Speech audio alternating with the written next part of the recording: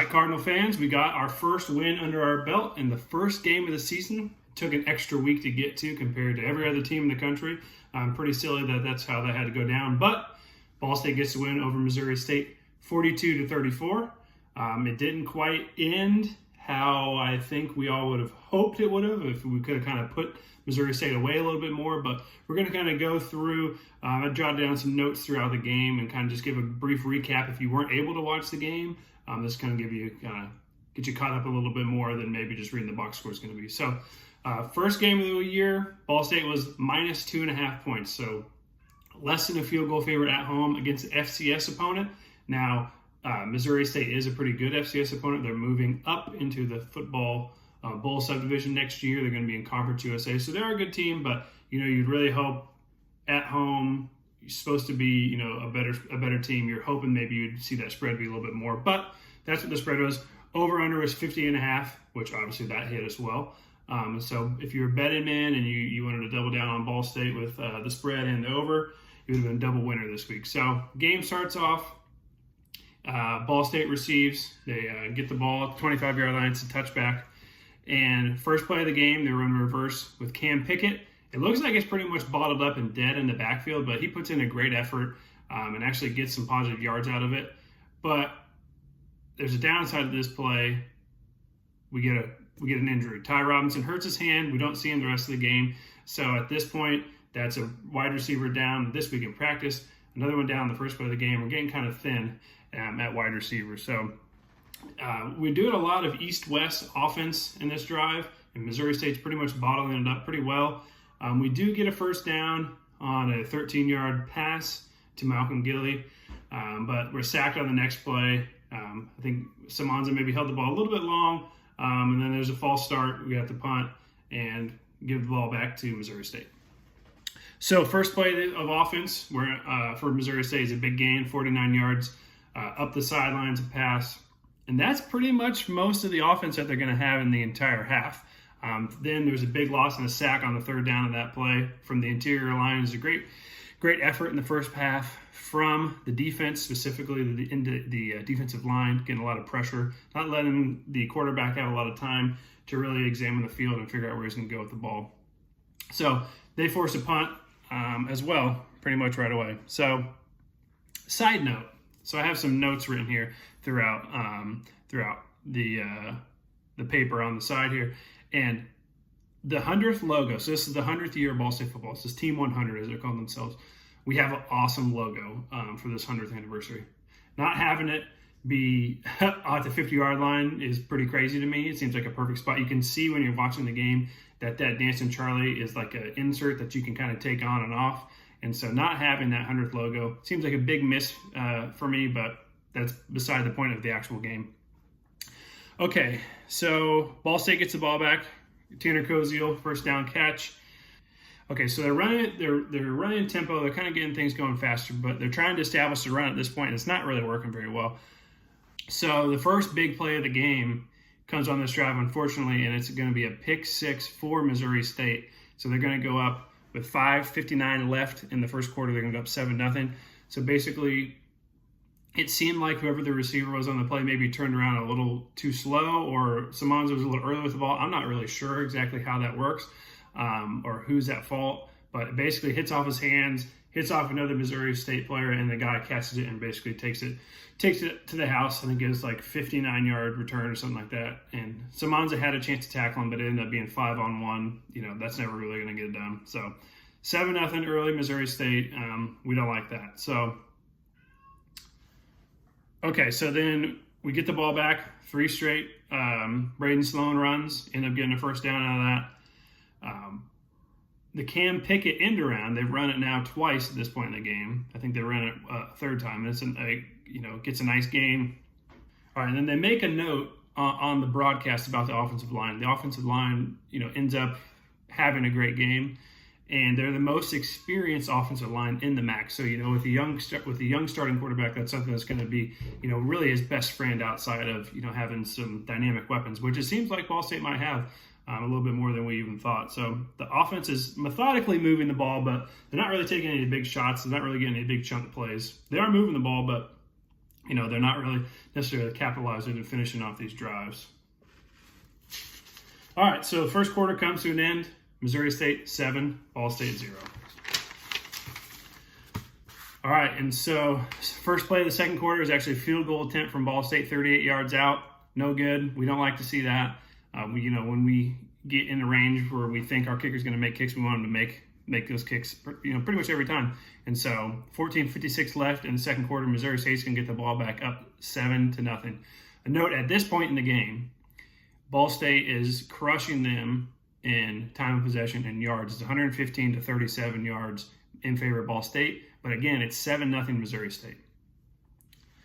And then the two biggest miscues in the game at this point are both Ball State, with the turnover versus pick six and the missed field goal. So, that's theoretically 10 points right there that they've missed out on / given away. So we're back on defense now. And there's been a handful of times, which, again, Missouri State has hardly had the ball at all at this point, where their quarterback has kind of just been off. He's missing receivers. They're not really on the same page. So there's a very quick 3-and-out. It's a good answer defensively, to kind of keep it in check. You want to keep it a one-score game as often as you can.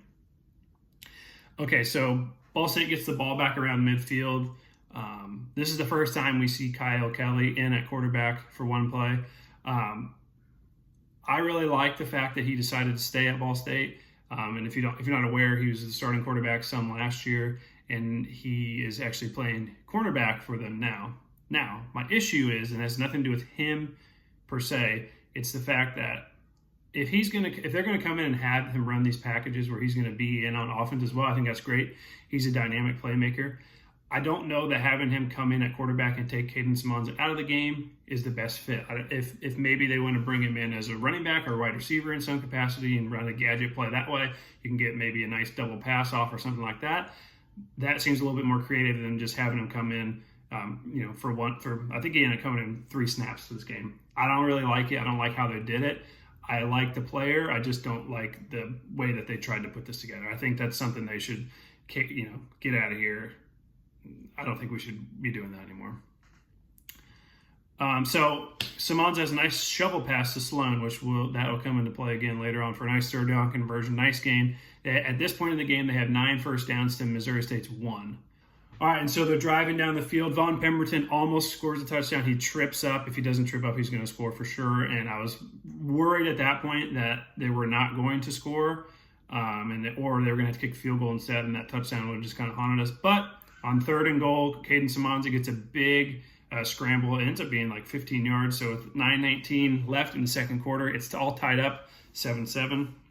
All right, so at this point, they're finally able to finish a drive. We get some points out of this. You could kind of tell up to this point, offensively at least, there was some rust that, not playing last week was kind of showing, and Missouri State having a chance to play was they had a little bit of an edge with that. But that rust is starting to come off at this point for the offense. And the defense is obviously playing great at this point. They've given up, hardly any yards, really. And the only points were off of offensive turnover. All right, so Missouri State back on offense. They get a nice gain, 19 yards up the middle, pass to tight end, which we'll get into that later. But they basically are bottled up the rest of the series, and another quick series from Missouri State. Ball State's going to get the ball back. All right. So Ball State's next offensive drive, Caden Simmons is doing a pretty good job of kind of taking what the defense is giving him. He might be scanning, looking to go left, and everything's covered over there, so he's dumping it right. And he's doing a pretty good job with his decision making and trying to get this ball moving a little bit. The drive kind of stalls around midfield, and they decide the defense has played so well. It's 4th and 1 at midfield. We're going to go for it. And if for some reason we don't get it, our defense is playing great. Well, we don't get the first down. So momentum swing definitely in the favor of Missouri State at this point. They're going to get the ball back basically right around midfield. All right, so again, turnover on downs at midfield. You don't love that. But Missouri State fumbles it, but Ball State can't recover it. So Ball State's going to take a timeout on 4th and 3. It's another quick 3-and-out for the defense. So they're going to get off the field here again. So at this point, late in the half, about 1 minute and 45 seconds left, we're going to run our 2-minute offense. In the first, we got 2 minutes left, basically 2 timeouts. So, you have a chance. Obviously, you want to go down and try and get any points you can. And so in this scenario, the first play we run for whatever reason is a run up the middle with under 2 minutes to go, two timeouts left. I don't really love that. The defense is going to kind of be in a little bit of a prevent set, and I didn't love it. Obviously, I'm not an expert on the X's and O's of football like, some people are, but that just kind of sniffed out from the very beginning that was not going to work, and that just seemed kind of like a dud call. So, and then they get a nice gain. Cam Pickett up the sideline. He just barely steps out. If he doesn't step out, he's scoring. But he just steps out. It's about an 18-yard gain. And then Simonza overthrows Pickett. He was wide open. Fumbled snap, picked up, lost yards. Not the best use of this 2-minute offense. It wasn't that impressive, unfortunately. So we go into halftime. It's 7-7. So the offense was moving the ball, but again, not very many explosive plays up to this point. Caden Simonza is looking good. He's still learning. He's still making some minor mistakes, but he's looking pretty good. Unfortunately, with the current state of college football, every good game that someone at Ball State has is kind of like the final nail in their coffin of their career at Ball State, because more often than not, at some point, they're going to be gone now. So he's having a great game. So unfortunately, I don't know what that means long term. I hope he ends up staying for us. But the defense has played great at this point. In the first half, they basically gave up nothing aside from the first play of the game. And a turnover and a missed field goal were the two big mistakes in the half, and unfortunately, they both happened to Ball State. So you never love that, but we're on to the second half. It's tied 7-7. All right, so kickoff. Missouri State gets the ball. Again, the Missouri State quarterback is pretty off at this point. He's not really connecting very well with the receivers, so I don't know if it's a communication thing or they kept showing his throwing hand was maybe hurt at some point. I can't remember if it was at this point in the game. But they have another really quick 3-and-out. They have the ball for less than 2 minutes to start this off. So at this point, you're thinking, okay, the defense is playing really well. If we can just kind of maybe score 10 more points, maybe this game should be a lock if the defense can keep playing that way. Well, at the beginning of the second half, neither offense decided that they were really going to do much. So Ball State gets the ball back, quick 3-and-out. We kick it back. Missouri State gets the ball, another quick 3-and-out. They do muff the punt, but they do recover it. So they do finally. So once Ball State gets the ball back here in the probably middle stage of the third quarter, we finally do take a shot deep. And although it's not a completion, we do draw a personal a pass interference. So again, drive's going a little bit more. 3rd and 4, inside handoff. Okay, so basically, if it's 3rd and 4, you're handing it off at that point. It's a pretty clear indication, in my opinion, you're right around midfield that you're going to go for. And that's exactly what they did. And unfortunately, they get stuffed again on 4th down at midfield. They get stopped. Actually, they try to pass, and Simonza takes a sack. And that's, as a young guy, he'll learn that. But, that's pretty bad in that scenario because, they're right on the plus side of the 50, I believe. He takes a sack. Now Missouri State's getting the ball on their plus side because of the sack. So he gave him basically 10 free yards there. Just kind of throw it away. You're giving them an extra short field. We don't like that. The defense is playing great. You could argue right there that the defense has been playing so good. You want to kick it deep. You want to punt and make Missouri State earn those points, having to go the whole field against Ball State's defense at that point. They don't do that. So, that's a little frustrating. There's some things definitely that are frustrating coaching-wise that we'll get into later on. One thing that is extremely inexcusable, but that's kind of where we're at right there. I thought they would have kicked it deep, made them earn it, but they didn't. They give it to them the plus side, and you'll see basically what happens here shortly. So basically once that happens, Missouri State quickly hits a pass and takes it down to the 5-yard line, and boom, with 5:50 left, the next play after that in the third quarter, they scored a touchdown, 14-7 Ball State. So, again, those 14 points that they've given up at this point have been off of a pick 6 from our offense, and then they got a really short field because of that sack on 4th down. So you can't really fault the defense too much at this point for those points, but you're just going to have to, keep relying on them, and hopefully the offense can eventually start, finishing drives off and scoring some points. Okay, so they get the ball back afterwards, and they immediately respond and score a touchdown. They actually convert on a 4th down, so they had been 0 for 2 on 4th down before this. They convert with a 41-yard touchdown pass to Malcolm Gilly. Amazing effort on his behalf. He would not go down. He was fighting through tackles, ends up scoring 41 yards. So with 2 minutes and 31 seconds left, it's 14-14. So it's 14-14 late in the third quarter. And so a note on that drive, Ball State actually threw an interception on this drive that would have been a pick six as well. So it would have been 21-7, but there was defensive holding, so it would get wiped off the board. So instead of it being 21-7, it ends up being 14-14 by the end of this drive. So that was a huge penalty in Ball State's favor. At this point in the game, Ball State has not really committed any penalties, and really Missouri State hasn't committed very many either. But yeah, that was a big swing point in this game because instead of going down 14, you're all tied up. On the next play, on the kickoff, they force a fumble and recover it deep in Missouri State's territory. Ball State gets the ball right back after they've scored and tied it up. All right, so they run a couple plays. Simons actually fumbles here in one of these plays, but Ball State does recover. Goes to the fourth quarter. Switch ends. Remember we talked earlier that shovel pass? Boom. Shovel pass again to Sloan. 11-yard touchdown. So 14:55 left. So they've scored 2 touchdowns here basically in no time. There is 14:55 left in the fourth quarter. Ball State's up 21-14. I got my notes right here. Shovel pass is king. They ran it twice in this game. Both times, it came out great. Obviously, they scored on one of them, but so kickoff now. Missouri State has been moving the ball a lot better in this half. They haven't really necessarily scored a ton of points. Obviously, they have 7 points off their offense, and it was off a short field, but they're moving the ball a lot better compared to the first half. That is until they throw an interception. It was kind of a funky play. They threw an interception to Ball State, so we get the ball back, but he fumbles it out of bounds, and he didn't have possession for super long, so they were trying to review to see if it was an incomplete pass or whatever. But yeah, so it was an interception, fumble out of bounds. Ball State keeps the ball. It's the second turnover of the half for Missouri State. If you remember the first half, the only turnover that happened was a Ball State interception. So now they're flipping the script and kind of turning the turnover battle in our favor here now. And we're going to have a short field for the offense. And they take a shot right away. They got the ball like within that 30 to 40 yard range off a turnover. They're going to take a shot right away. So they score a couple plays later. Simons is able to get outside the pocket and kind of avoid the pressure and avoid getting sacked. And he throws a touchdown to Keon Magwood for 17 yards. So with 11 minutes and 49 seconds left, Ball State's up 2 scores, 28-14. So they've scored 3 touchdowns here, pretty quick.